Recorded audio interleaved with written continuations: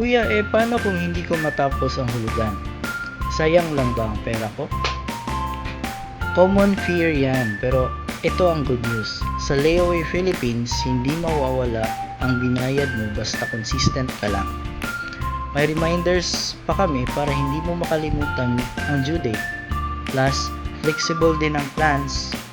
Pwede ka mag-advance payment kung may extra o mag-adjust ng down payment para mas madali sa budget mo. Kung hindi talaga kaya, we offer refunds sa mga nabayad mo sa layaway plan. Basta, ang goal namin, hindi ka mawala ng jewelry at hindi ka ma-stress. Kaya huwag kang matakot mag-umpisa. Kasi kasama ka namin all the way hanggang ma-deliver ang gold investment sa'yo.